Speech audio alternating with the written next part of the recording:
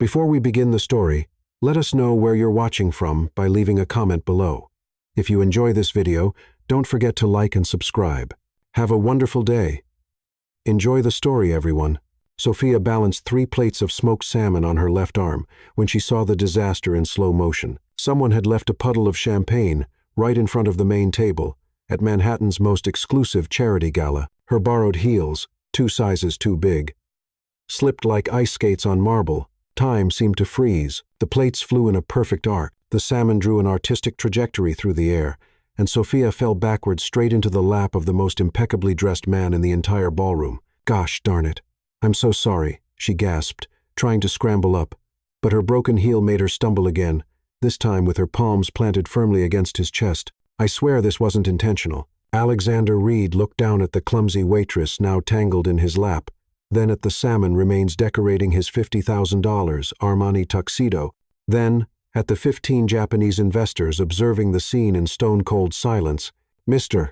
Tanaka, the group's leader, bowed respectfully. Reed-san, your wife is kite-spirited. Sophia's mouth fell open to correct him, but Alex silenced her with a look that could have melted steel. In flawless Japanese, he responded with something that made her eyes grow wide as dinner plates. The Japanese investor smiled with obvious approval. Darling, Alex said in English with a smile, so forced it looked physically painful.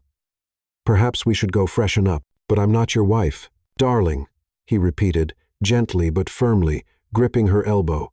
Let's go freshen up right now. Sophia glanced around frantically. 15 men in suits that probably cost more than her annual rent were watching expectantly. Alex looked about 2 heartbeats away from a complete nervous breakdown.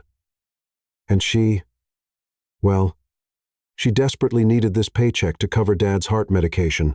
Of course, sweetheart, she managed, nearly choking on the endearment. 5 minutes later, in the opulent marble ladies' lounge, Sophia confronted Alex through the ornate mirror. What on earth did you tell them? That you're my reserved wife, who gets anxious at social gatherings. He ran his fingers through his perfectly styled dark hair. And that's why you sometimes work incognito, as waitstaff to connect with everyday people. You told them what? It worked perfectly. They found it endearing. Japanese culture deeply values humility and authenticity. Sophia stared at him like he'd grown a second head. And now what? Do I march back out there and announce, surprise? I'm just a broke waitress trying to pay bills. Alex began pacing in tight circles within the confined space. Absolutely not. They've already committed to the deal based on my stable family foundation.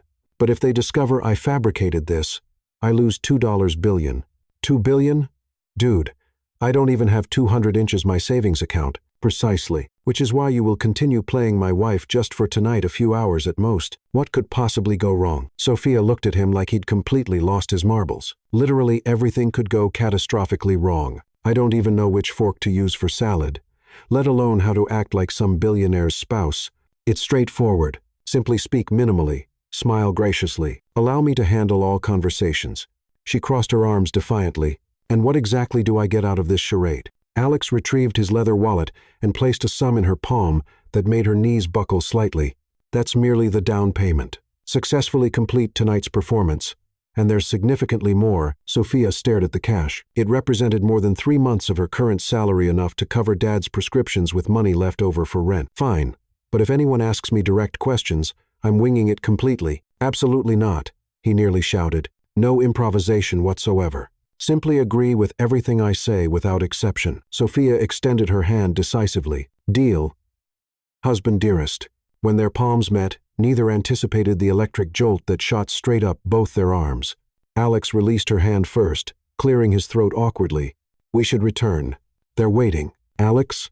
Yes. What's my married name supposed to be? His expression transformed into pure, undiluted panic. Sophia Reed, he whispered urgently as they approached the ballroom entrance.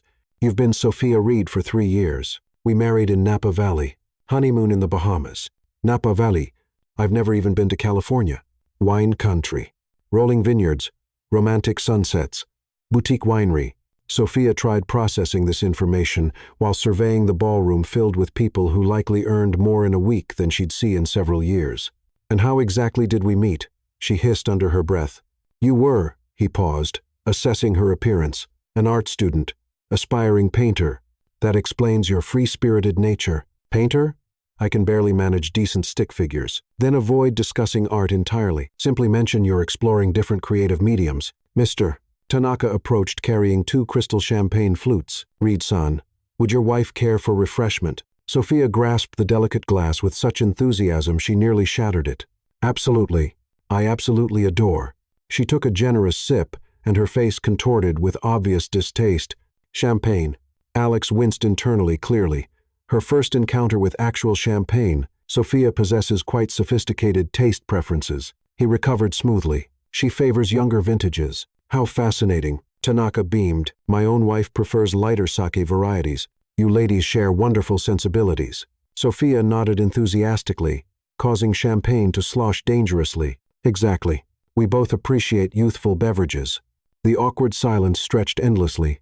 Alex coughed diplomatically. She means recently bottled wines, current harvest seasons, precisely, seasons. Sophia agreed cheerfully, completely clueless about wine terminology. For the next 2 grueling hours, every conversation became a potential disaster. Sophia nearly mentioned her cramped studio apartment. Alex smoothly transformed it into our cozy weekend retreat, upstate. She almost referenced her waitressing shifts, became my wife enjoys understanding hospitality from every perspective, and she practically choked when someone inquired about children.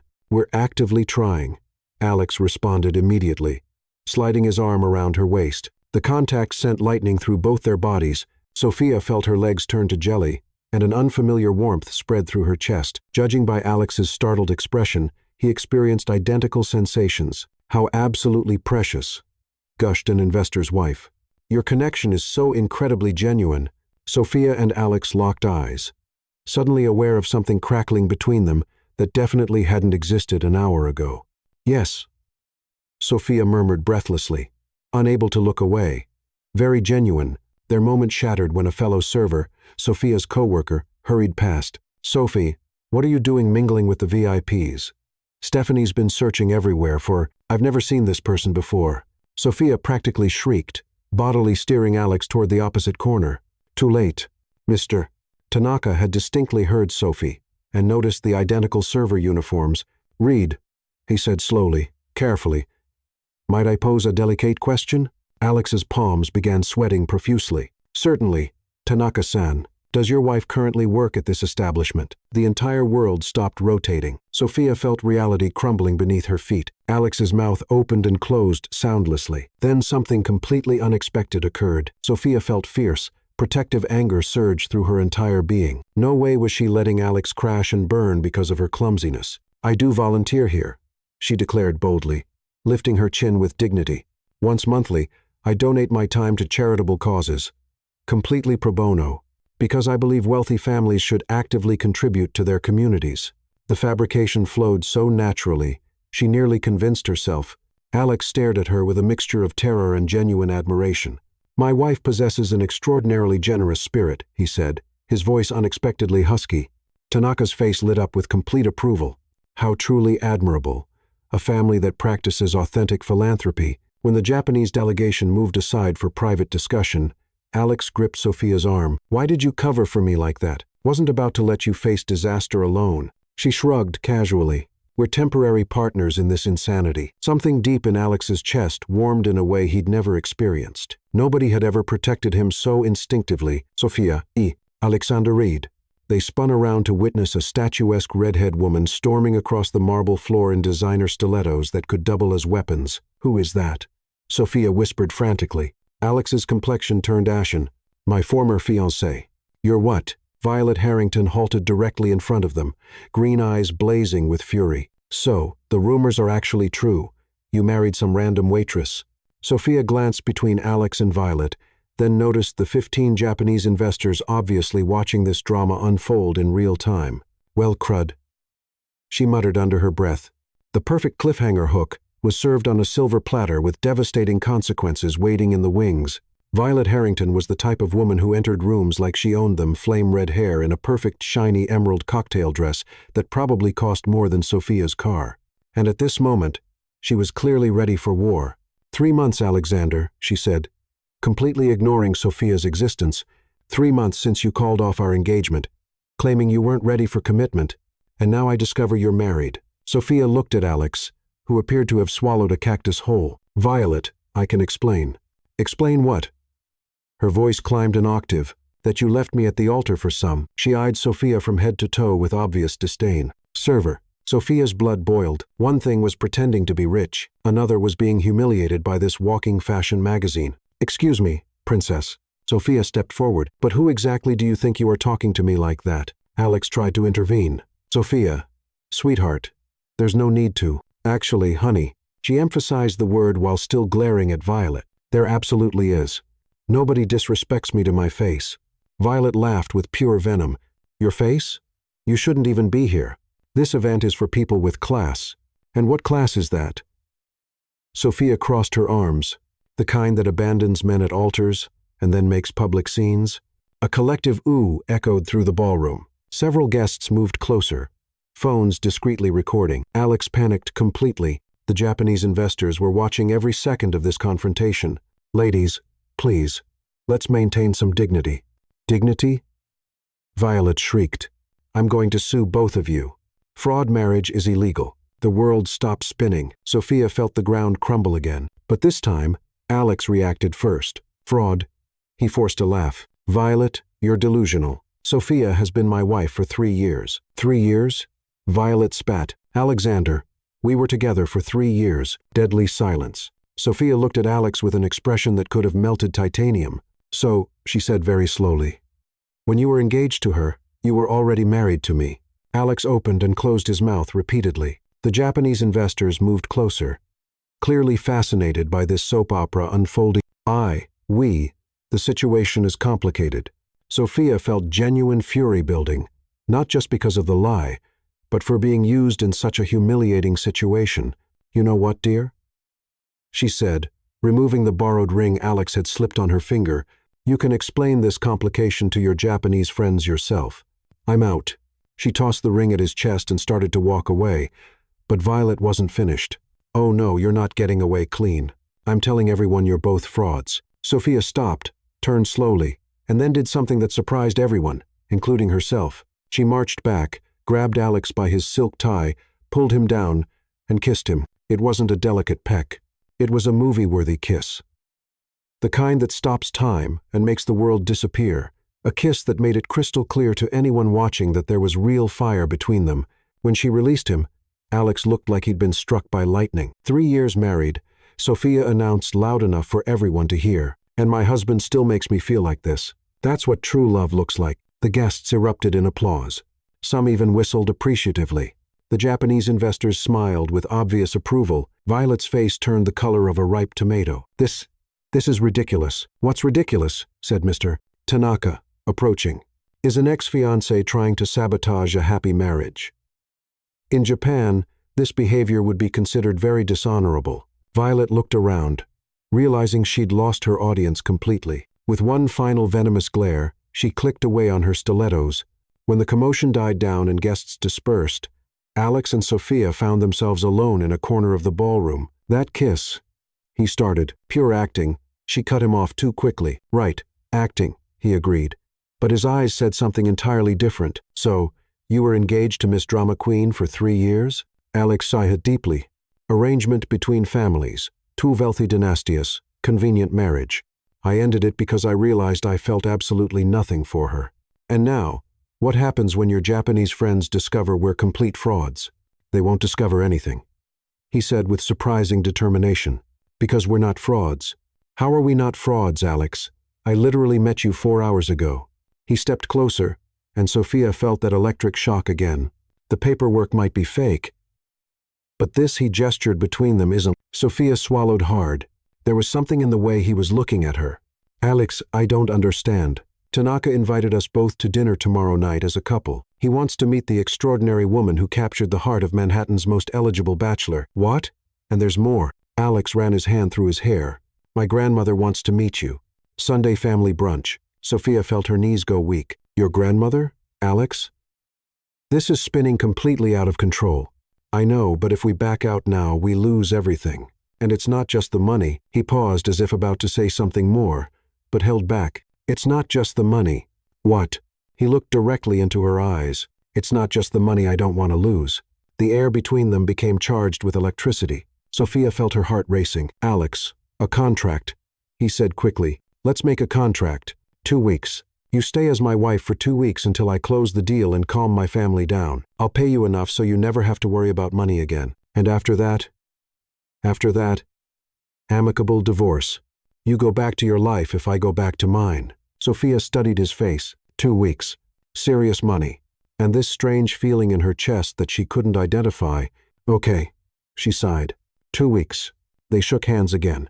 The same electric discharge. Neither mentioned that 2 weeks could be too much time or not nearly enough. "But Alex," Sophia said as they prepared to rejoin the party, "I have one condition." "What's that?" "Tomorrow night at dinner with your Japanese investors. You better teach me how to use chopsticks, because if I embarrass us both trying to eat sushi with a fork, this whole charade is over." Alex looked at her determined expression, and for the first time that evening smiled genuinely. "Deal, Mrs. Reed." The way he said Mrs. Reed made something flutter in Sophia's stomach that definitely shouldn't be fluttering. This was going to be the longest 2 weeks of both their lives. The next morning, Sophia woke up in her tiny studio apartment, staring at a pile of designer clothes that cost more than her rent for the entire year. Alex had sent over a few basic pieces for the Japanese dinner that looked like they belonged in a museum. Her phone buzzed. "Good morning, wife." "Too early for sarcasm, Alex." "No sarcasm. We have exactly 4 hours to transform you into a convincing Reed. I'm coming up." "You're what?" Sophia looked around at her apartment, which resembled a disaster zone. "You can't come up here. My place is." "Knock." Sophia opened the door, still in pajamas, an oversized college t-shirt and flannel shorts, and found Alex immaculate in a navy suit that probably cost more than some people's cars. He glanced over her shoulder at the cramped studio, then at her pajama ensemble, then at the mug of instant coffee in her hands. "All right," he said simply. "Change of plans." 2 hours later, Sophia stood in Alex's penthouse apartment, which had floor-to-ceiling windows overlooking Central Park, trying not to break anything that cost more than her life savings. First lesson: posture. Alex was taking notes on a tablet. "You walk like you're late for 3 different appointments." "Maybe I am," Sophia muttered, nervously touching a crystal sculpture that looked priceless. "Stop touching things and walk like this." He demonstrated shoulders back, measured steps. Sophia attempted to copy him and nearly tripped over the Persian rug. "This is absurd. Who actually walks like that in real life?" "People who attended finishing schools." "Try again." After 20 minutes of walking lessons, they moved to appropriate conversation. "Never say awesome or cool," Alex read from his list. "Say marvelous or delightful." "Delightful? Who talks like that?" "You do. Starting now. And absolutely no slang, zero. Nada. Nothing." "Why are you speaking Spanish?" "That was Italian." "See, this is exactly why we need practice." Sophia flopped onto his leather couch, which was more comfortable than her entire bed. "Alex, this is impossible. I'm going to mess up and ruin everything." He sat beside her, and Sophia noticed again how incredible he smelled, like expensive cologne, mixed with something uniquely him. "You won't," he said, and there was something in his voice. "You were amazing last night. You improvised better than most professional actors. That's because I was furious at Miss Drama Queen. Not just because of that." Alex turned to face her.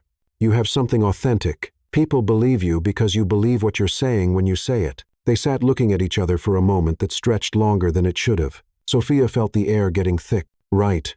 She jumped up quickly. "Let's continue the training."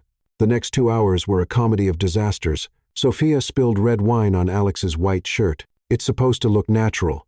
Mixed up the salad fork with the dessert fork. They're practically identical, and called caviar those weird, salty fish bubble things. But there was a moment Alex was teaching her proper wine-tasting technique when their hands touched on the crystal glass. Both froze, looked at each other, and for a second Sophia completely forgot this was all pretend. "Sophia," he whispered. "Yeah, I think we should ring, ring, ring." Alex's phone interrupted. "Reality check. Tanaka-san," he answered, switching to business mode. "Yes, we'll be there at 7 sharp." When he hung up, Sophia was fidgeting with her hair nervously. "So," he confirmed dinner, and Alex winced. "He's bringing 3 more investor families. It'll be a table for 16 people. 16 people. And he specifically requested that you share some of your artistic insights. Remember I mentioned you were a painter?" Sophia stared at him in horror. "Alex, I can barely paint my fingernails without making a mess. We have 2 hours, he said, already grabbing his keys. Art gallery crash course. Let's go. At the Metropolitan Museum, disaster struck immediately. Sophia looked at a Jackson Pollock and announced loudly, "Looks like someone had a paint fight and lost." The silence in the gallery was deafening. Alex whispered, "That's worth $50 million. Yikes." But then something interesting happened. Sophia stopped in front of a Norman Rockwell painting showing a working-class family at dinner, hands worn from honest work, faces full of love and determination. "This one," she said quietly, "is beautiful." Alex looked at the painting, then at Sophia's face as she studied it. Something shifted in his chest. "Why do you like it?" "Because it's real," she said simply. "You can see their whole story. The dad's hands show he works hard for his family. The mom's smile says she's grateful for what they have, even if it's not much. The kids don't know they're supposed to want more than this moment." Alex stared at her. In all his years of attending gallery openings and art auctions, he'd never heard anyone describe a painting so truthfully. "Sophia, what? That was perfect. Say exactly that tonight." "Really? Really? Just maybe. Don't lead with the paint fight. Comment." They spent another hour in the gallery with Sophia making surprisingly insightful observations about several pieces mixed with occasional disasters, like asking if a Monet was supposed to be blurry or did someone need glasses. On the cab ride to the restaurant, Alex was coaching her on final details. "Remember, we met at a coffee shop near NYU. You were sketching. I was reviewing contracts. Love at first sight. Love at first sight."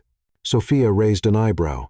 "It sells the story, and when they ask about our wedding, small ceremony in Napa Valley, just family, very intimate. You were too emotional to speak during your vows."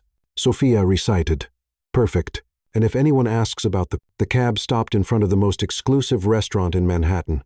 Through the windows, Sophia could see men in suits that cost more than most people's annual salaries. "Alex," she said, suddenly panicking, "what if I completely mess this up?" He took her hand and that electric shock hit them both again.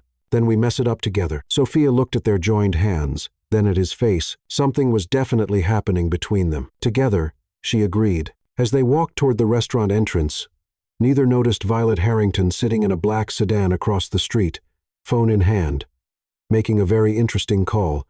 "Yes, I'm absolutely certain.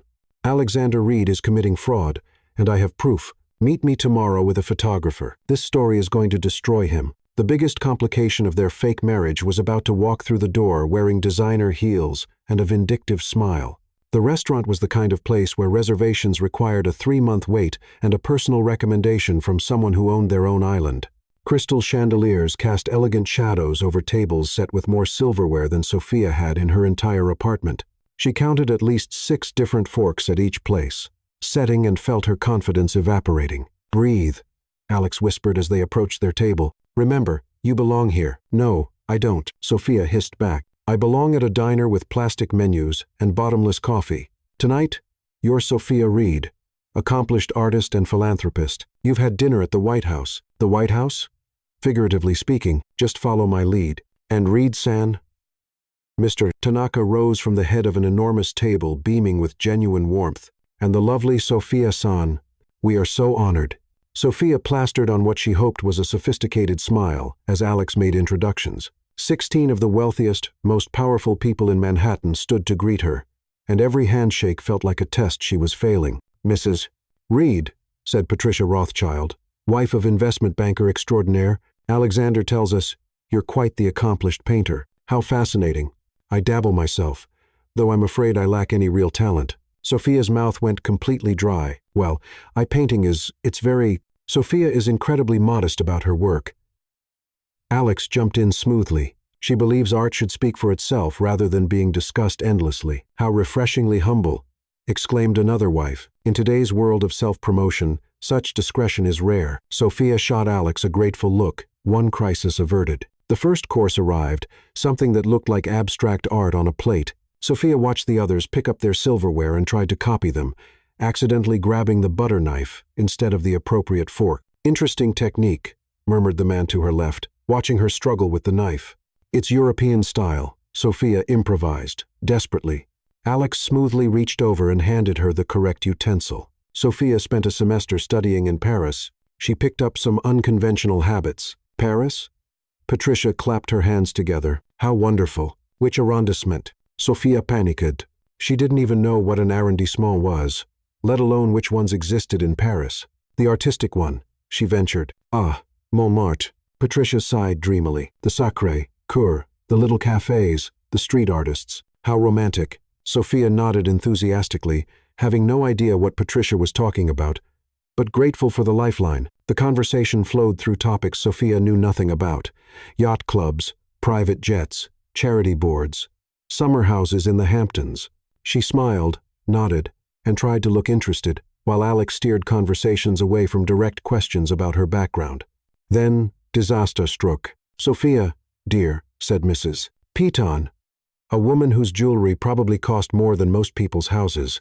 Alexander mentioned you volunteer monthly at charity events. How do you choose which causes to support? This was dangerous territory.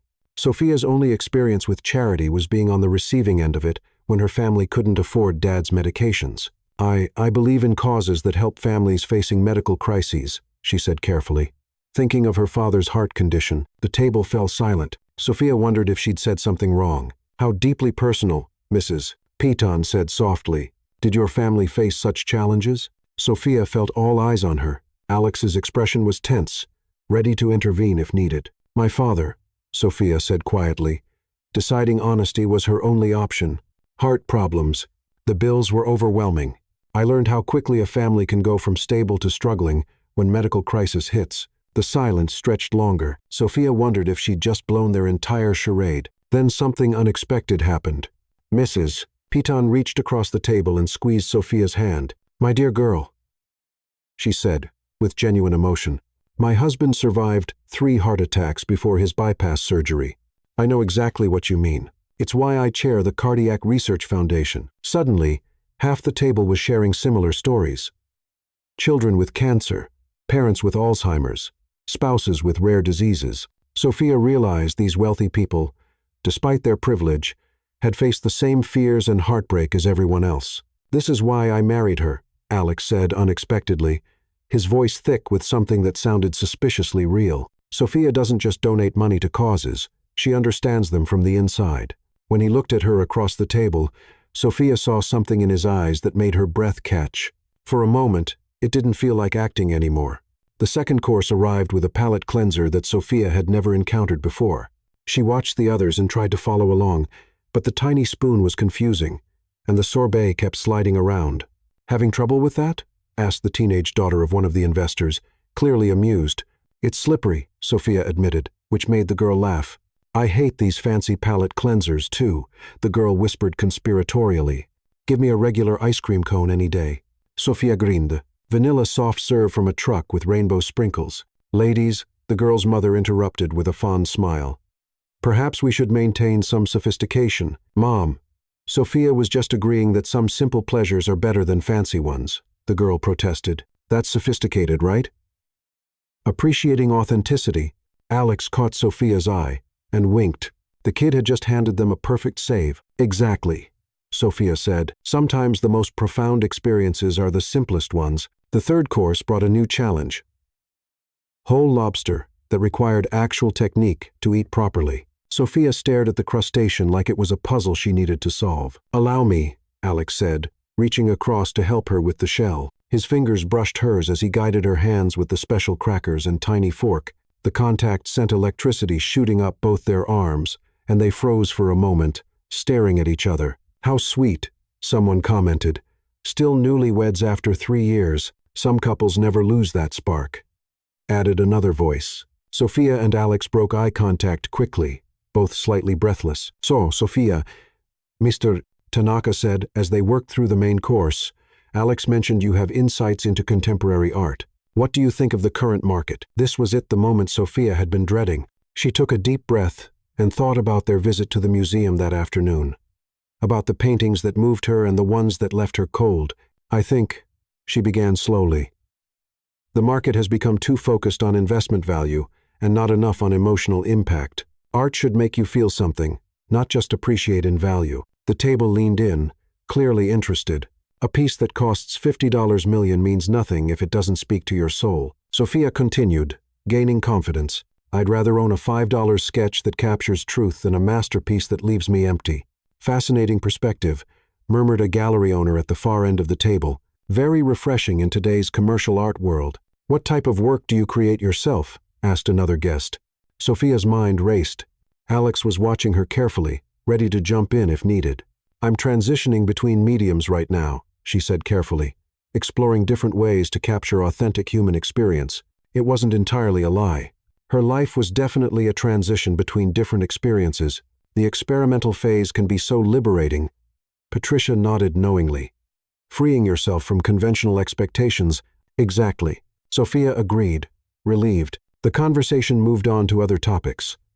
But Sophia noticed Alex watching her with something that looked distinctly like admiration. She'd handled the art discussion better than either of them expected. As they worked through dessert, some complicated French thing with more components than Sophia could count, she began to relax. Maybe she could actually pull this off. That's when her phone started buzzing insistently in her purse. Sophia tried to ignore it, but the buzzing continued. Finally, she discreetly checked the screen under the table. 7 missed calls from her roommate, Jenny. 3 text messages, all marked urgent. The latest message made her blood run cold. Sophia, some reporter woman was here asking questions about you and Alex Reed. She had photos. Call me now. Sophia's face went white. Alex noticed immediately. Excuse me, she said as steadily as she could manage. I need to powder my nose.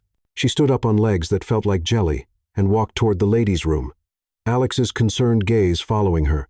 In the marble bathroom, Sophia called Jenny back with shaking hands. Sophie, where are you? Jenny's voice was frantic. This crazy redhead showed up with a photographer asking all kinds of questions about you.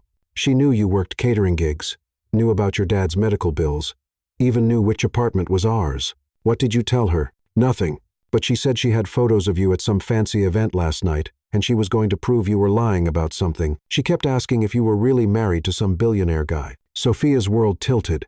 Violet had followed through on her threat. She left me her card. Jenny continued. Says she's writing an expose about fake marriages in high society. Sophie, what's going on? Before Sophia could answer, the bathroom door opened, and Patricia Rothschild walked in. Sophia, dear, are you all right? You look pale. Sophia quickly ended the call. Just family business. Nothing serious. I hope everything is well with your father's health. Yes, he's doing better. Thank you. Patricia washed her hands and reapplied her lipstick, studying Sophia in the mirror. You know, she said conversationally, I've been married to Richard for 32 years. I can always tell when a couple has something real between them versus when they're just going through the motions. Sophia's heart stopped. Did Patricia suspect something? You and Alexander, Patricia continued. You have something genuine. The way you look at each other, the way he anticipates your needs, how you light up when he speaks, that's not something you can fake. Sophia stared at her reflection, completely confused. Did she and Alex really look like they were in love? Because if so, when had that started happening? Thank you, she managed. That means a lot. Hold on to it, dear. Real love is rarer than people think. When Sophia returned to the table, Alex immediately stood to pull out her chair, his hand briefly touching her shoulder in a gesture that felt entirely natural. Everything all right? He murmured in her ear. The warmth of his breath made her shiver. We need to talk soon. 5 more minutes, he whispered back. We're almost home free. But as they settled back into their seats, Sophia noticed something that made her stomach drop. Through the restaurant's front windows, she could see a familiar figure across the street.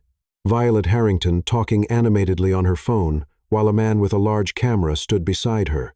They were being watched, photographed, investigated, and tomorrow their fake marriage might be front-page news. Sophia reached under the table and squeezed Alex's hand, trying to warn him without causing a scene. When he squeezed back, the contact sent that familiar electric shock through both of them, but this time, it felt less like pretending, and more like the real thing, which was either the best thing that could happen or the most dangerous, because falling for someone during a fake marriage was definitely not part of the plan. The ride back to Alex's penthouse was tense with unspoken words. Sophia stared out the window of the town car, watching the city lights blur past while her mind raced through everything that could go wrong. Alex sat beside her, occasionally glancing at her profile, clearly sensing something was seriously amiss, but unable to ask with their driver listening. When they finally reached his building, the silence in the elevator felt suffocating. Sophia's phone had buzzed 6 more times during the ride. More frantic messages from Jenny, a missed call from an unknown number with a 212 area code, and worst of all, a text from her father asking if she was all right, because some reporter lady had called asking questions about her. The moment Alex's penthouse door closed behind them, Sophia exploded. "We're completely screwed." Alex totally, utterly, catastrophically screwed. Alex loosened his tie, watching her pace frantically across his marble floor. "What happened? You were brilliant at dinner. Everyone loved you. Tanaka practically offered to adopt you into his family. That's not the problem." Sophia whirled around, her designer dress swishing dramatically. "The problem is, your psychotic ex-fiancé has apparently hired a private investigator, a photographer, and probably a team of fact-checkers to destroy our lives." Alex's face went stone cold, serious. "What exactly did your roommate tell you?" Sophia pulled out her phone and read Jenny's messages aloud. "Some crazy redhead with a photographer showed up asking about your catering jobs, your dad's medical bills, which apartment is yours, and whether you're really married to a billionaire. She says she's writing an exposé about fake marriages in high society, and she has photographs from last night." Alex sank into his leather chair, running both hands through his hair. "And there's more. How could there possibly be more?" Sophia's phone rang. Unknown 212 number. She looked at Alex, who nodded grimly. "Sophia Brooks?" The voice was crisp, professional, and absolutely terrifying. "Who's asking?" "This is Rebecca Martinez from the Manhattan Social Register. I understand you've recently married Alexander Reed." Sophia's blood turned to ice. She looked at Alex, who was frantically making hang-up gestures. Who did you say this was?" "We're running a feature story on unusual society marriages. Rags to riches. Stories are quite popular with our readers. I have some questions about your background, your artistic career, and the timeline of your relationship with Mr. Reed." Sophia's mouth opened and closed soundlessly. Alex jumped up and grabbed the phone. "Ms. Martinez, this is Alexander Reed. If you have questions about my wife or my marriage, you can direct them to my attorney." He rattled off a phone number and hung up immediately. "Your attorney?" Sophia stared at him. "I don't actually have an attorney on retainer for fake marriage situations," Alex admitted. "That was the number for my dry cleaner." Despite everything, Sophia started laughing, not happy laughter, the kind of hysterical laughing that happens when your entire world is about to implode. "This is insane," she gasped between giggles. "We're about to be exposed as frauds by a society reporter. And you gave them your dry cleaner's number." Alex looked at her laughing maniacally in his living room, still wearing the borrowed designer dress that cost more than most people's cars, and something shifted in his chest. She was falling apart, but she was still the most real person he'd ever met. "Sophia," he said gently, "sit down. We need to figure this out." She collapsed onto his couch, the laughter turning into something dangerously close to tears. "There's nothing to figure out, Alex. It's over. Tomorrow morning, half of Manhattan is going to know we're complete frauds. Your business deal will collapse. Your reputation will be ruined, and I'll probably be arrested for fraud. Nobody's getting arrested." Alex sat beside her close enough that she could smell his cologne. "And my reputation has survived worse things." "Like what?" "Like the time I accidentally bought a haunted mansion in the Hamptons." Sophia blinked. "You what?" "Long story. The point is, we're not giving up. Not yet. Alex, be realistic. Violet has photographs. Witnesses, probably my entire employment history by now. She knows I live in a studio apartment that's smaller than your walk-in closet. She knows my dad's a retired mechanic with heart problems. She knows I've never been to Paris or Tuscany or wherever we supposedly honeymooned. So, what do you want to do? Run away, disappear, change your name, and move to Alaska?" Sophia considered this seriously for a moment. "Actually, Alaska sounds pretty good right now. I hear they need waitresses there too." Alex turned to face her fully, and the intensity in his dark eyes made her breath catch. "Or," he said slowly, "we could tell the truth." "The truth, Alex?" "The truth is that we're complete strangers who met 24 hours ago when I fell into your lap covered in salmon." "No," he said, his voice getting softer. "That's not the whole truth." Something in his tone made Sophia's heart start racing. "What do you mean?" "The truth is that in 24 hours, you've made me laugh more than I have in the past 5 years. The truth is that watching you at dinner tonight, seeing you connect with those people, seeing you turn your painful experiences into empathy for others, that was the most incredible thing I've ever witnessed." Sophia stared at him, suddenly finding it hard to breathe. "The truth is," Alex continued, moving closer, "when you kissed me last night, It felt more real than anything I've experienced in my entire carefully controlled, perfectly planned life. Alex, Sophia whispered. And the truth is that Mrs. Piton was right. What we have isn't fake. I don't know when it started being real, but it is. The air between them crackled with electricity. Sophia felt like she was standing on the edge of a cliff about to either fly or fall. This is crazy, she breathed. We barely know each other. I know you put extra sugar in your coffee because life's bitter enough already. I know you bite your lip when you're nervous. I know you'd rather eat pizza than caviar. But you're brave enough to try new things for people you care about. That's not knowing someone, that's just observing. I know you protected me tonight when you could have thrown me under the bus. I know you turned your family's medical crisis into compassion for others. I know you see beauty in things that matter, not just things that cost money. Sophia's heart was pounding so hard, she was sure he could hear it. Alex, even if this, whatever this is real, it doesn't solve our immediate problem. Tomorrow morning, we're still going to be exposed as frauds. Alex stood up suddenly, pacing to his floor-to-ceiling windows that overlooked the city. Then we don't wait for tomorrow morning. We control the narrative. How exactly do we do that? He turned around and Sophia saw something determined and slightly reckless in his expression. We get married for real tonight. Sophia's brain short-circuited. We what? Think about it. If we're legally married, then technically we haven't committed fraud. We're just newlyweds with an unusual meet-cute story. Alex, you can't be serious. You can't just decide to marry someone because it's convenient. It's not about convenience. The words burst out of him with more emotion than she'd ever heard. It's about the fact that I've spent 32 years thinking I understood what I wanted from life, and then you literally fell into it and changed everything. Sophia stood up, her legs shaky. You're talking about getting married to someone you met yesterday. People used to do it all the time. Arranged marriages, marriages of convenience, marriages that turned into love stories. This isn't the 1800s, Alex. You're right. It's 2024, and I'm a billionaire who can afford the best divorce lawyer in the country if this doesn't work out. Sophia stared at him like he'd lost his mind completely. Did you just propose to me with a prenup? Alex stopped pacing and looked at her, really looked at her. Sophia, in his borrowed designer dress, her hair slightly mussed from running her hands through it, her makeup smudged from stress, her eyes wide with disbelief, and something that might have been hope. No, he said quietly. I'm proposing because 24 hours ago, I was a man with everything planned out perfectly. And now I'm a man who can't imagine going back to that life without you in it. The silence stretched between them, filled with the sound of both their hearts beating too fast. This is insane, Sophia whispered completely. We could be making the biggest mistake of our lives, or the best decision. Sophia's phone buzzed with another text. This time it was from her father. Sweetheart, I don't know what's going on, but if you need help, call me. Love you. The simple message from her dad, who had no idea his daughter was currently being proposed to by a billionaire in a Manhattan penthouse, somehow grounded her. Alex, she said slowly, if we do this, it has to be real. Not just legally real, actually real. No more pretending, no more acting, no more fake smiles for fake reasons. I haven't been pretending since the moment you kissed me, Alex said simply. And what happens when your grandmother meets me? When your business associates realize I grew up in Queens and went to community college?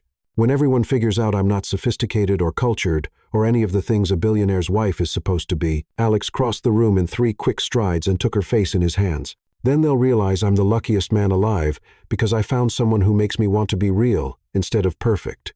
Before Sophia could respond, he kissed her, not the desperate show-stopping kiss from the charity gala, but something soft and questioning and full of possibility. When they broke apart, Sophia was breathless. Okay, she whispered. Okay, let's get married for real tonight. But on one condition, anything. We do this right? No Vegas chapel, no quickie courthouse ceremony. If we're going to be crazy enough to marry each other after knowing each other for 24 hours, we're going to do it properly. Alex grinned, and Sophia realized it was the first completely unguarded smile she'd ever seen from him. I know a judge who owes me a favor, and there's a 24-hour florist in the village, and my housekeeper has a daughter who's a photographer. You're really serious about this? Dead serious. Are you? Sophia looked around his penthouse, then at Alex's face, then at her phone still buzzing with messages from reporters and investigators trying to destroy the life she'd stumbled into. Yeah, she said, surprising herself. I'm serious too. So, we're really doing this? We're really doing this. Alex swept her off her feet, literally spinning her around his living room while Manhattan sparkled outside the windows. "Mrs. Reed," he said, setting her down gently. "Mr. Reed," she replied, and for the first time, the name felt like it might actually belong to her. They had 6 hours until dawn. A city full of resources, and a completely insane plan that just might work or destroy them both. But as Alex started making phone calls to wake up judges and florists and photographers, Sophia realized she'd never been more terrified or more excited in her entire life. Because sometimes the most dangerous thing you can do is stop pretending and start living for real. And sometimes when you're falling, the best thing to do is learn how to fly on the way down, even if you're doing it in borrowed designer shoes that are still 2 sizes too big. At 3:47 a.m., Sophia stood in front of Alex's bathroom mirror, wearing a simple white dress that his housekeeper's daughter had miraculously produced from her own closet. The dress had belonged to Lisa's grandmother. Vintage 1,950 with delicate pearl buttons down the back, a fitted bodice that emphasized Sophia's waist, and a knee-length skirt that swayed when she moved. It wasn't designer. It wasn't expensive. But it was perfect. It made her look like herself, instead of someone she was pretending to be. Her hands shook as she tried to apply mascara, the wand trembling so badly she had to stop and take several deep breaths. In approximately 3 hours, she was going to marry a man she'd known for exactly 36 hours. A man who made her laugh until her sides hurt, who made her feel safe in a world that had always felt uncertain, who looked at her like she was the most fascinating person in the world, instead of just a broke waitress from Queens trying to make ends meet. The bathroom door was thick mahogany, but she could hear Alex pacing in the hallway beyond it, his footsteps creating a nervous rhythm on the hardwood floors. Every few minutes, his phone would ring. The florist, the photographer, Judge Morrison confirming details, and she'd hear his voice steady and reassuring, handling logistics with the same calm efficiency he brought to billion-dollar business deals. "Sophia." Alex knocked softly on the bathroom door, his voice gentle but excited. "The judge will be here in 20 minutes, and apparently my florist friend managed to find white roses at this hour, which she says is some kind of miracle involving 3 different suppliers, and a delivery truck that's probably breaking several traffic laws." "Coming," she called back, her voice only slightly hysterical. Sophia took one last look at herself in the mirror. Her reflection showed a woman she barely recognized, not because of the dress or the carefully applied makeup, but because of the expression in her eyes. For the first time in her life, she looked like someone who believed she deserved happiness. When she opened the bathroom door, Alex was standing in the hallway wearing a navy suit she hadn't seen before. Not one of his perfectly tailored business suits, but something softer, more personal. The jacket fit him perfectly across his broad shoulders, and he'd chosen a silver tie that brought out the gray in his eyes. In his hands, he held a small bouquet of perfect white roses tied with ivory silk ribbon that must have cost more than Sophia's monthly groceries. "You look," he started, then stopped completely, just staring at her with an expression of pure wonder. "Like a fraud," Sophia suggested weakly, smoothing down the vintage dress nervously. "Like the most beautiful woman I've ever seen," he said simply, his voice rough with emotion. "Like exactly who you're supposed to be. Like the woman I want to wake up next to for the rest of my life." Before Sophia could respond to that heart-stopping declaration, his doorbell chimed with the elegant Westminster melody that announced all visitors to his penthouse. "That'll be Judge Morrison," Alex said, reaching for her hand. "Are you ready for this? Really ready? Because once we do this, there's no going back to pretending." Sophia looked down at their joined hands, his perfectly manicured, hers still bearing a small scar from a childhood accident, and realized that the contrast didn't matter anymore. They fit together despite being completely different, or maybe because of it. "Let's go get married, Mr. Reed," she said, and meant it with every fiber of her being. Judge Morrison turned out to be a woman in her mid-60s with silver hair pulled back in an elegant chignon, kind brown eyes behind designer glasses, and a warm smile that immediately put Sophia at ease. She wore a navy dress with a pearl necklace and carried herself with the quiet authority of someone who'd spent decades making important decisions. "I've known Alex since he was 12 years old," she explained to Sophia as they arranged themselves in front of the floor-to-ceiling windows overlooking the city. Outside, Manhattan was beginning to wake up. Early commuters starting their day, delivery trucks navigating the streets, the city humming with quiet energy. "His grandmother, Eleanor, and I went to law school together, back when there were exactly 4 women in our entire class. She's going to be absolutely delighted when she hears about this." About the wedding? Sophia asked nervously, suddenly wondering if Alex's family would accept her, or if she'd spend the rest of her life feeling like an outsider trying to fit into a world she didn't understand. About the fact that Alex finally found someone who makes him smile with his whole face instead of just his mouth, Judge Morrison said with a knowing look, Eleanor's been worried about him for years, watching him go through the motions of living without actually experiencing joy. She'll take one look at how he looks at you and know that her prayers have been answered. The ceremony setup was simple but perfect. Mrs. Chen had transformed the living room into something magical with candles, white flowers, and fairy lights strung around the windows. Lisa moved quietly around the space with her camera, capturing moments with the skill of someone who understood that the most beautiful photographs were the ones that felt natural and unposed. As the sun began to rise over Manhattan, casting golden light through the floor-to-ceiling windows and painting everything in warm, honey-colored tones, Sophia and Alex found themselves standing hand in hand before Judge Morrison, about to exchange vows they'd written on hotel stationery in the 15 frantic minutes before the judge arrived. Before we begin, Judge Morrison said warmly, I want you both to remember that marriage isn't just about the love you feel today. It's about choosing to love each other every day, even when it's difficult. It's about building a life together that's stronger than either of you could create alone. Alex, Sophia, are you ready to make those promises to each other? Yes, they said simultaneously, and the words seemed to echo in the golden morning light. Alex, Judge Morrison nodded. Please, share your vows. Alex turned to face Sophia fully, and she could see her reflection in his eyes, could see the emotion threatening to overwhelm his usually perfect composure. Sophia, he began, his voice thick with feeling. 36 hours ago, I thought I had my life perfectly planned, every detail mapped out, every contingency accounted for, every possible variable controlled. Then you literally crashed into it and showed me the difference between having everything and having what actually matters. Sophia felt tears starting to well up as he continued. You've taught me that the best things in life aren't planned.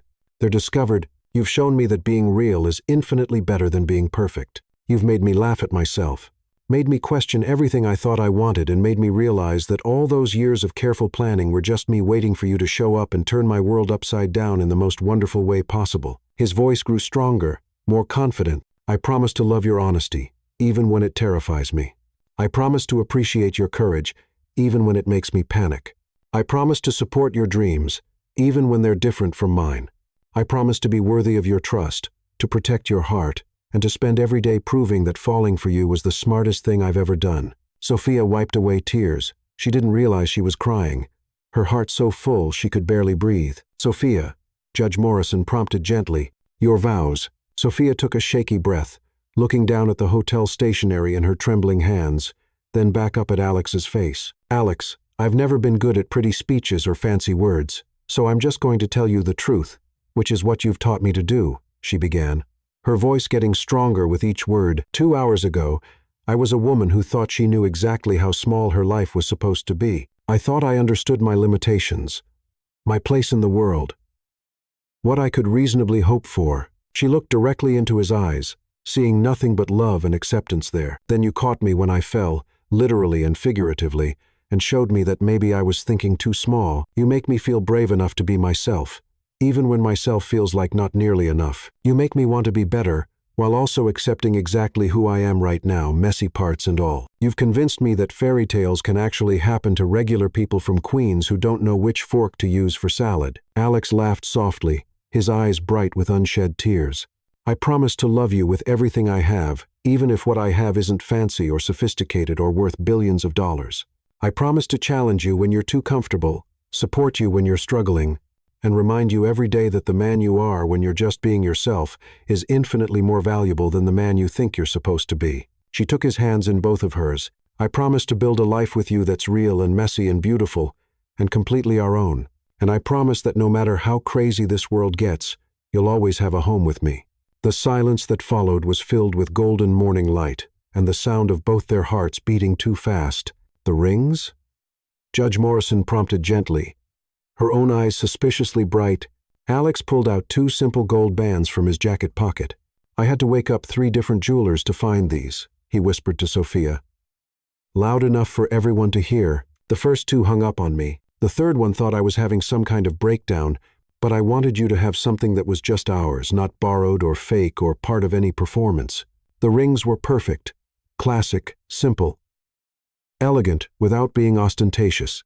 When Alex slipped Sophia's ring onto her finger, she felt something settle into place in her chest, like a piece of herself she hadn't known was missing had finally come home. "Sophia," she said as she slipped Alex's ring onto his finger, "you're stuck with me now." "Best news I've had all year," he replied, and meant it completely. "By the power vested in me by the state of New York," Judge Morrison said with obvious joy radiating from her face, "I now pronounce you husband and wife. Alex, you may kiss your bride." The kiss was soft and sweet, and full of promise and possibilities. When they broke apart, Sophia realized she was crying happy tears, and Alex was grinning like he just won the lottery, inherited a kingdom, and discovered the meaning of life all at the same time. "Mrs. Reed," he murmured against her forehead, and the name sounded perfect in his voice. "Mr. Reed," she whispered back, testing out how it felt to say, "It felt like coming home." "Congratulations," Judge Morrison said warmly, embracing them both on what I predict will be a very long and very happy marriage. "Alex, your grandmother is going to be beside herself with joy.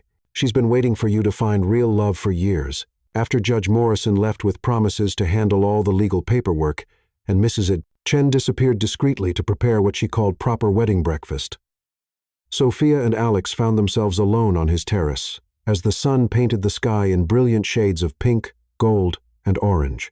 The terrace was a private oasis, 30 stories above the city, complete with comfortable outdoor furniture, carefully tended plants, and a view that stretched from Central Park to the Hudson River. Alex had wrapped Sophia in his suit jacket, and they were curled up together on the outdoor sofa, watching Manhattan wake up below them. "So," Sophia said, settling more comfortably against Alex's side, marveling at how perfectly she seemed to fit there, "we're actually married, like legally, officially, completely married, legally, officially, completely and irrevocably married," Alex confirmed, pressing a kiss to the top of her head that smelled like the expensive shampoo from his guest bathroom and something uniquely hers. "And in about 3 hours, Violet's expose is probably going to hit newsstands and websites all over the city, claiming we're frauds and criminals." "Let her," Alex said with surprising calm, his voice steady and confident. "We have the marriage certificate. We have the photographs. We have witnesses who will testify that we're genuinely in love. Most importantly, we have the truth." Sophia tilted her head to look at him, studying his profile in the morning light. "Which truth is that? That we fell in love at first sight. It just took us a day to figure it out, and another day to do something about it." Sophia's phone, which had been mercifully silent during the ceremony, suddenly erupted with notifications. Text after text, call after call, email after email, all coming in simultaneously, like a digital avalanche. "Oh no," Sophia said, grabbing the phone with trembling fingers. "It's starting. Whatever Violet planned, it's happening now." The first text was from Jenny. "Sophia, the story just broke online. Are you okay? Call me immediately." The second was from her father. "Sweetheart, I just saw the news about you and this Alex fellow. Call me when you're ready to talk. But I want you to know I love you no matter what." The third was from her supervisor at the catering company. "Sophia, I don't know what's going on, but reporters are calling asking about you. Should I be worried?" But the fourth text made Sophia's blood run cold. It was from an unknown number with a 212 area code. "Check the Manhattan Social Register website immediately. The story is live." Rebecca Martinez.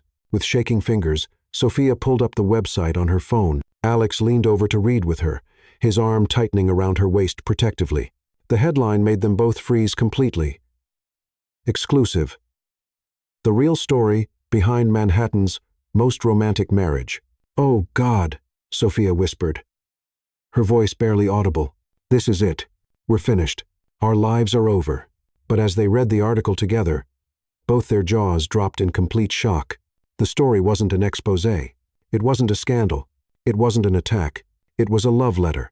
Alexander Reed, one of Manhattan's most eligible bachelors and successful entrepreneurs, has secretly married Sophia Brooks, a young woman whose authentic charm, genuine philanthropy, and artistic sensibilities have captured the hearts of New York's social elite. The article began, "But their love story reads like a modern fairy tale that proves true love can still conquer all." The article went on to describe their whirlwind romance in glowing, almost fairy tale terms. It mentioned Sophia's volunteer work with medical charities, her artistic sensibilities and fresh perspective on contemporary art, and her remarkable ability to connect with people from all walks of life. It quoted Patricia Rothschild calling Sophia refreshingly genuine and utterly charming, and Mr. Tanaka describing their relationship as a beautiful example of authentic love that transcends social boundaries. Most surprisingly, it included a lengthy statement from Violet Harrington. I was initially shocked by Alexander's sudden marriage, as any former fiancé would be. However, after witnessing them together at last night's charity gala, it became clear to me that they share something truly special. Sophia brings out a side of Alexander I never saw during our relationship. She makes him genuinely happy in a way that money and social status never could. I sincerely wish them both a lifetime of happiness together. What the?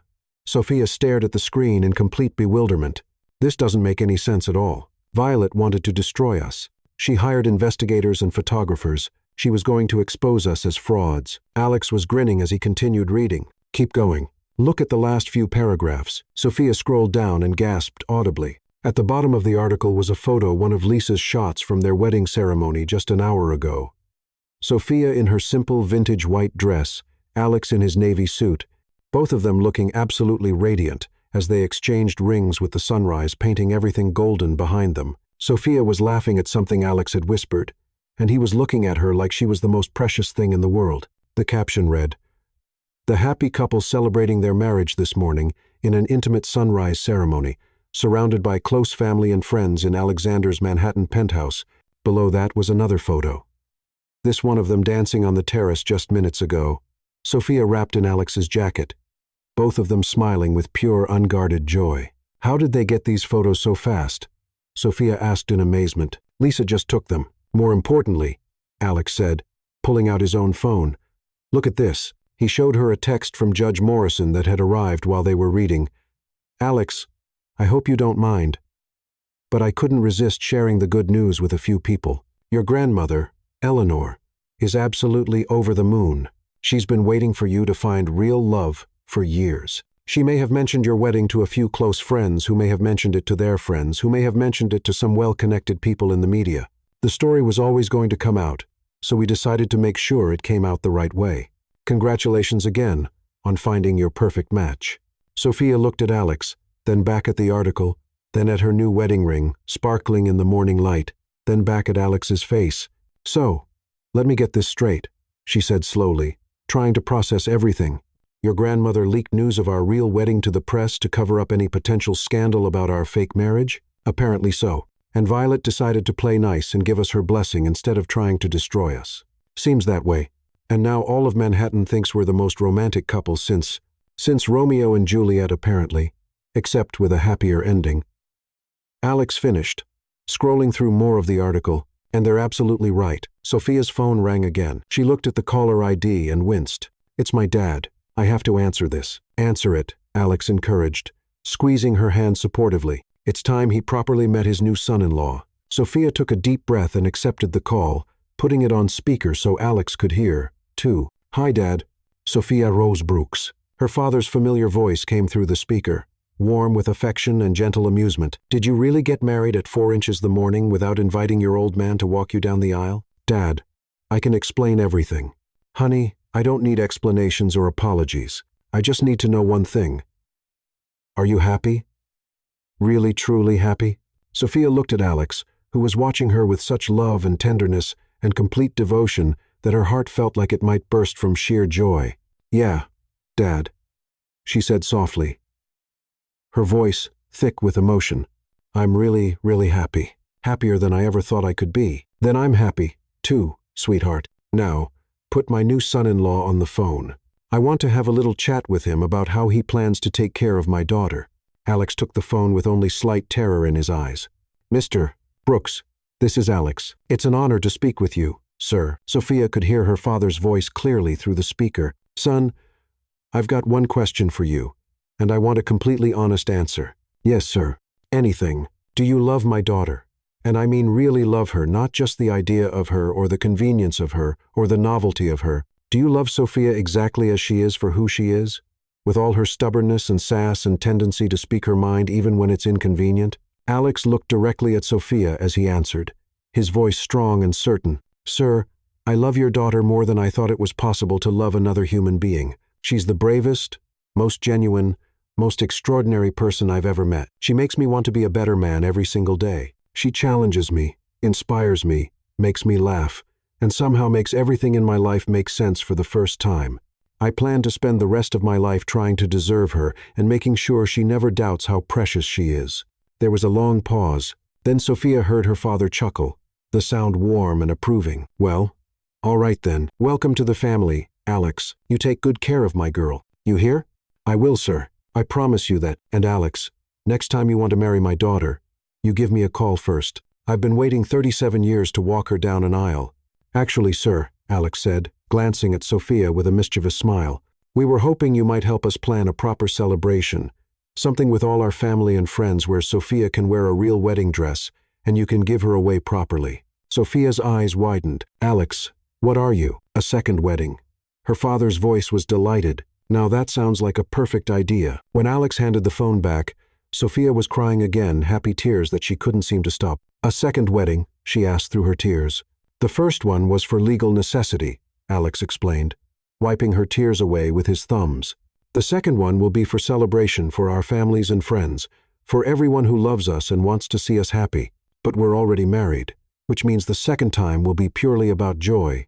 No pressure, no fraud fears, no desperate improvisation. Just us celebrating the fact that we found each other. Sophia launched herself into his arms, kissing him with all the love and gratitude and pure happiness she couldn't put into words. When they broke apart, they were both breathless and grinning. I love you, Alex Reed, she said, testing out how the words felt. They felt perfect. I love you, too, Sophia Reed, he replied. More than all the money in the world. As the morning progressed, the calls and texts continued pouring in.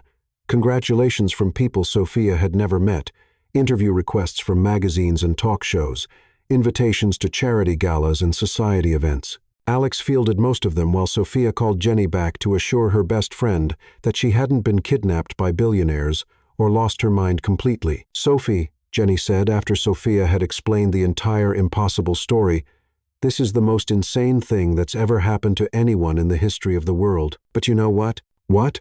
You sound happier than I've ever heard you. Like genuinely completely happy. So I guess sometimes insane is exactly what you need. Mrs. Chen reappeared around noon with what she called proper wedding brunch. Fresh fruit, pastries, eggs, Benedict, and champagne that was probably older than Sophia. They ate on the terrace, Sophia still wearing her vintage wedding dress, Alex having loosened his tie and rolled up his sleeves, both of them giddy with exhaustion and happiness. Mrs. Reed, Alex said, refilling her champagne glass, what would you like to do with our first official day as a married couple? Sophia considered this seriously, looking out over the city that was now her city, too, thinking about the life that was now theirs to build together. Well, first I want to call my dad back and start planning this second wedding you promised him. Then I want to have a real conversation with your grandmother. I should probably meet the woman whose intervention saved our lives. Then I want to go back to my apartment and pack up my things properly because I assume I'm moving in here. Only if you want to. We could find a new place together, something that's ours from the beginning. Are you kidding? This place has the best view in Manhattan and a bathtub the size of my entire apartment. I'm definitely moving in. Alex laughed. What else? Then I want to go see my dad and introduce him to my husband properly. I want to take him to dinner somewhere nice where he can interrogate you properly and tell you embarrassing stories about my childhood. I'd love that. And then, Sophia grinned mischievously, I want to learn how to be rich without losing my mind or my soul. I think I can help with that. But first, Alex stood up and extended his hand to her. May I have this dance, Mrs. Reed? We don't have any music, Sophia pointed out, but she took his hand anyway, letting him pull her to her feet. We don't need music, Alex said, pulling her into his arms. We have each other. As they swayed together on the terrace, the city humming with life below them, and their whole future stretching out ahead of them like an unwritten book, Sophia realized that fairy tales weren't about finding your prince. They were about finding the person who made you brave enough to be yourself, who loved you, not despite your flaws but because of them, who saw your potential even when you couldn't see it yourself. And sometimes, if you were very lucky, That person fell into your life carrying a tray of salmon and changed everything in the span of a heartbeat. Alex, Sophia said as they danced slowly in the afternoon sunshine. Yeah? I love you too, just in case I forgot to mention that properly in my vows. Alex's smile was brighter than the sun reflecting off the Hudson River. I love you, Sophia Reed, for real and forever and always. For real and forever and always. She agreed and sealed the promise with a kiss that tasted like champagne and happiness, and the beginning of everything. As Manhattan sparkled below them, and their new life together stretched out like a golden promise, Sophia thought that this was what true happiness looked like. Messy and unexpected and absolutely perfect, just like the best kind of love stories, the kind where you didn't have to choose between being yourself and being loved, because the right person loved you specifically for being yourself. 6 months later, when Sophia Reed, successful artist, philanthropist, and wife of Manhattan's most devoted husband, was featured on the cover of New York Magazine, the interviewer asked her what advice she had for other young women looking for love in the city. Sophia, wearing a dress she'd designed herself and sitting in the art studio Alex had built for her in their penthouse, smiled and gave the same answer she always gave. Be yourself completely and unapologetically. Fall down if you have to, sometimes literally. Trust your instincts, even when they tell you to do something that seems crazy. Never underestimate the power of honesty, kindness, and a really good dramatic kiss. And remember that the best love stories aren't about finding someone perfect, they're about finding someone whose imperfections fit perfectly with yours. When the same reporter asked Alex Reed what it was like to be married to the most authentic woman in New York, he looked up from the easel where he was attempting to paint badly under Sophia's patient instruction, smiled the smile that had made him famous in business magazines and society pages alike, and said, "It's like winning the lottery, discovering a new planet, and coming home all at the same time. Every single day with her is an adventure I never want to end, because sometimes the most extraordinary love stories start with the most ordinary disasters. Sometimes the best marriages begin with the worst lie. Sometimes you have to pretend to be someone else before you can figure out who you really are. And sometimes when you stop trying to be perfect and start trying to be real, you discover that real is exactly what you were looking for all along, even if it takes a tray of flying salmon and a case of mistaken identity to figure it out." But mostly, Sophia thought as she watched her husband attempt to paint a sunset, it looked more like a small explosion. Love stories are about finding someone who makes you laugh every single day, who holds your hand when you're scared, who believes in your dreams even when you don't, and who loves you not because you're perfect, but because you're perfectly yourself. And if you're really, really lucky, that someone catches you when you fall literally and figuratively and helps you realize that falling might just be the best thing that ever happened to you.